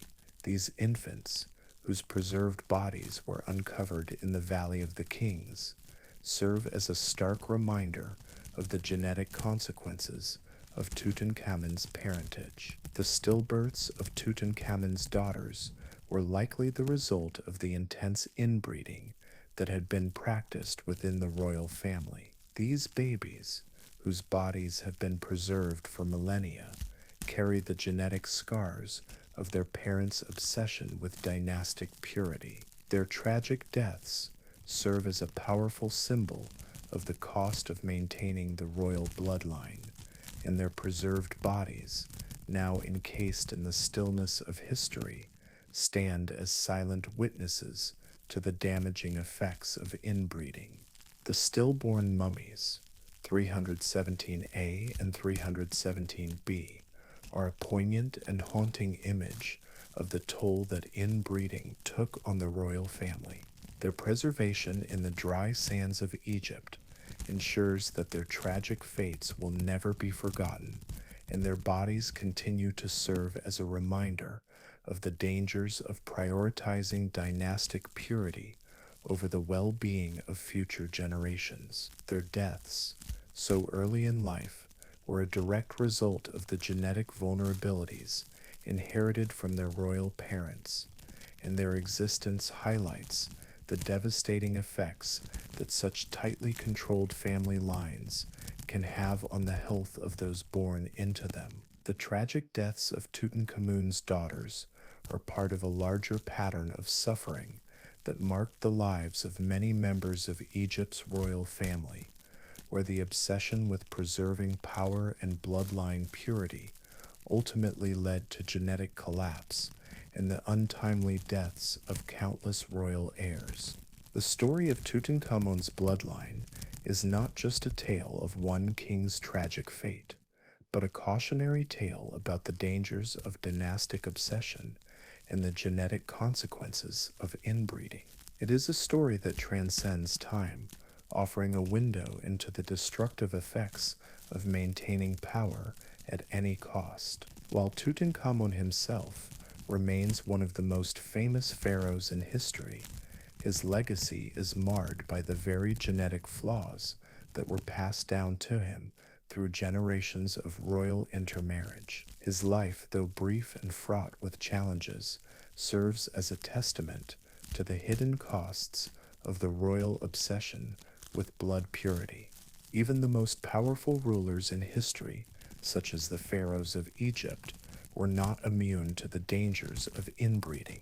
The dynastic practices that were meant to preserve their reigns ultimately worked against them, leaving a legacy of genetic weaknesses that manifested in both physical deformities and early deaths. The story of Tutankhamun, his tragic health problems, and the stillbirths of his daughters are stark reminders of how the drive for royal purity can have catastrophic consequences. The obsession with maintaining a pure bloodline, once seen as a symbol of strength and power, ultimately led to the weakening and collapse of the very dynasty it was meant to preserve.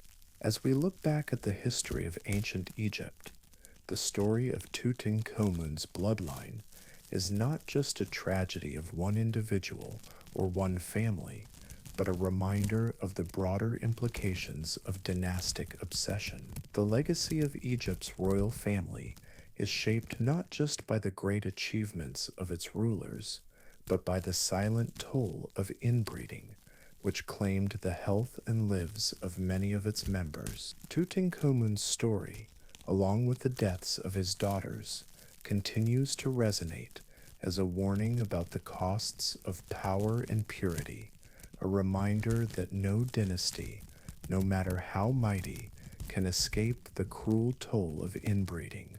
Cleopatra II of Egypt is one of the most iconic figures in history, often remembered as a captivating queen, embroiled in political intrigue and romanticized in literature and film. However, behind the glamorized image of Cleopatra lies a far more complex and haunting reality, one that highlights the dangerous and lasting consequences of dynastic inbreeding. As a member of the Ptolemaic dynasty, Cleopatra II was not merely a product of political machinations and romantic alliances. She was in many ways the genetic result of a family that had taken the practice of sibling and uncle-niece marriages to an extreme.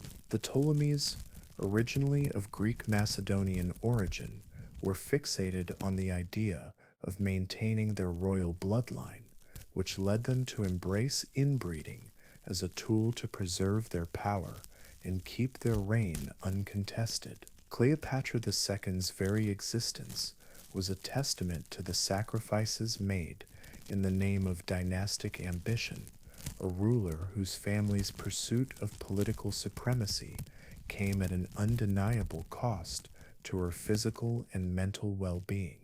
The history of Cleopatra the Seniale is deeply intertwined with the political and dynastic strategies that shaped the ancient world. Her ancestors, the Ptolemies, were a royal family that ruled Egypt following the death of Alexander the Great. The Ptolemies were of Greek Macedonian descent, but over time they adopted many aspects of Egyptian culture and religion in order to solidify their rule over the land of the pharaohs. This dual identity, Greek Macedonian and Egyptian, was part of the dynasty's political strategy to maintain control over Egypt and its vast resources. In order to ensure the continuation of their bloodline and political dominance, the Ptolemies turned to incestuous marriages, believing that the purity of their bloodline would strengthen their claim to the throne. These marriages were not solely a reflection of the family's desire to keep power within their grasp. They were a direct result of the family's obsession with preserving their pure Macedonian heritage.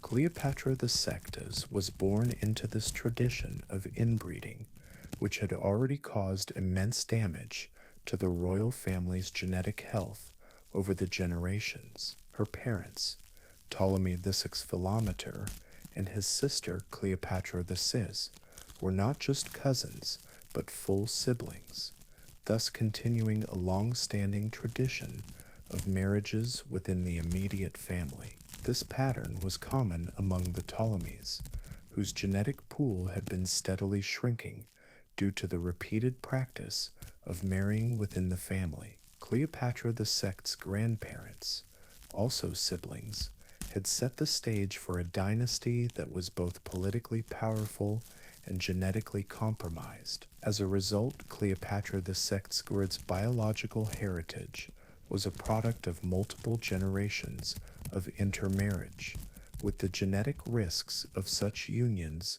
becoming increasingly apparent.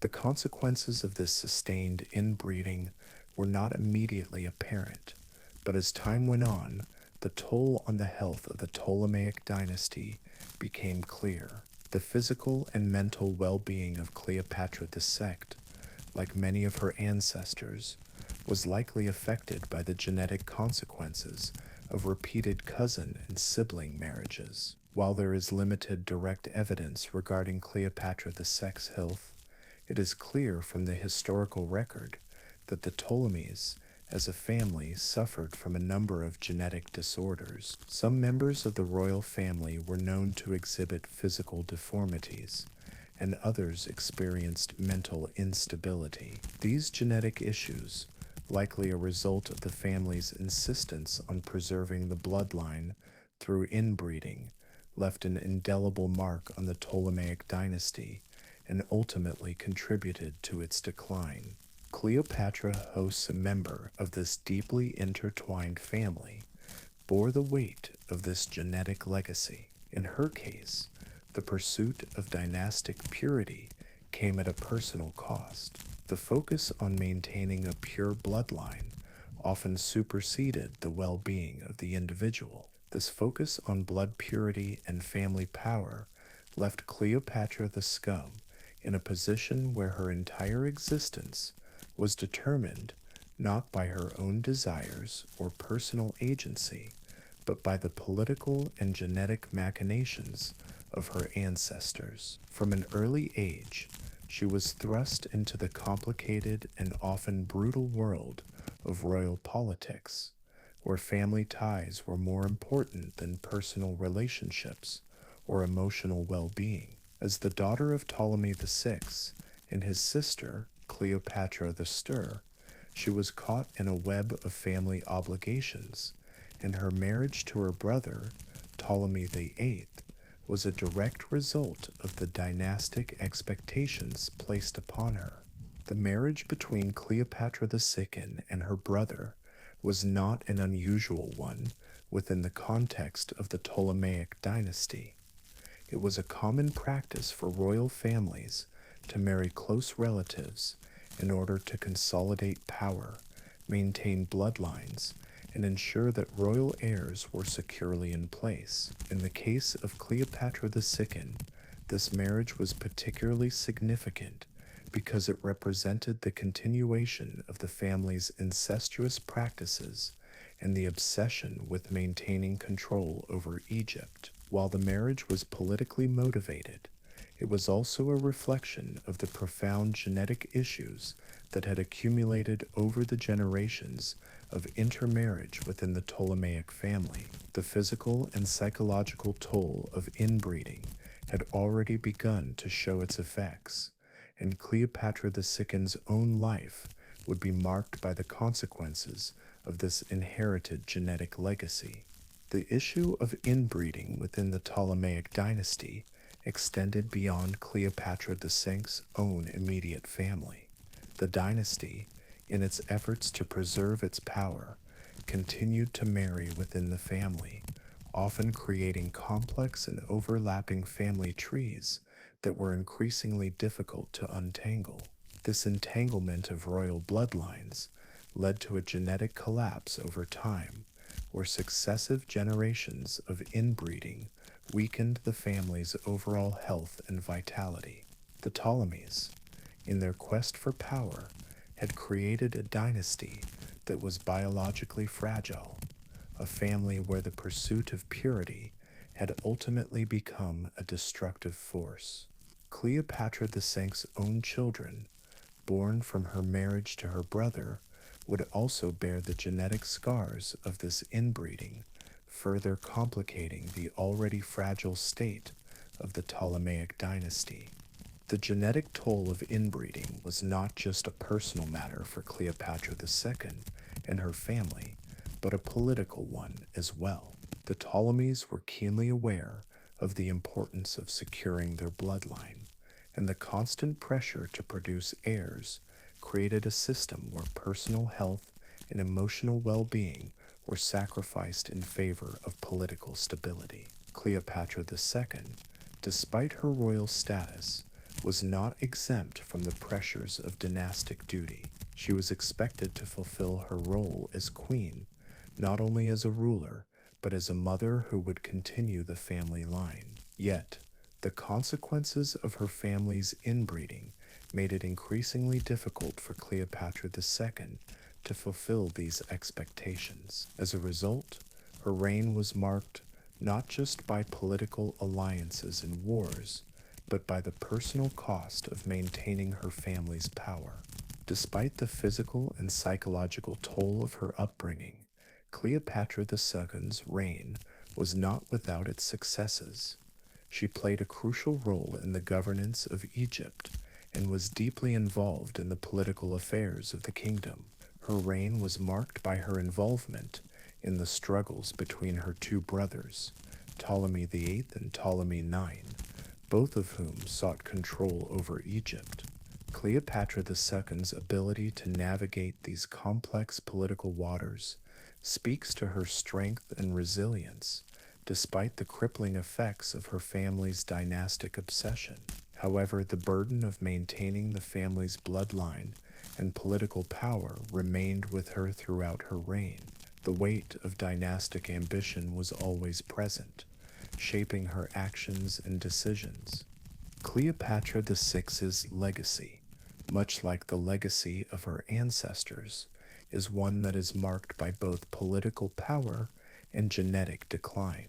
Her family's obsession with maintaining purity through incestuous marriages left an indelible mark on the Ptolemaic dynasty, a dynasty that, despite its early successes, ultimately faltered under the weight of its genetic compromises. Cleopatra VI's, though one of the most significant rulers of her time, was a living monument to the toll that dynastic ambition and inbreeding had on her family. Her story is a powerful reminder of the high cost of preserving power at all costs, a cost that was ultimately paid by those who were born into a legacy of inbreeding and genetic instability. In the end, Cleopatra VI's life and reign stand as a testament to the destructive power of inbreeding and the consequences that dynastic obsession can have on the lives of those who inherit it. She was not just a queen, she was a genetic product of a family that had paid an immeasurable price for the pursuit of power and purity. Her reign, while politically important, was also a poignant reminder of the tragic consequences of placing dynastic ambition above all else. Cleopatra VI's story is a cautionary tale about the dangers of inbreeding and the long-lasting effects it can have on both the individual and the dynasty as a whole. Her legacy, though marked by political strength, is also one of genetic fragility, a legacy that ultimately helped to bring an end to the once great Ptolemaic dynasty.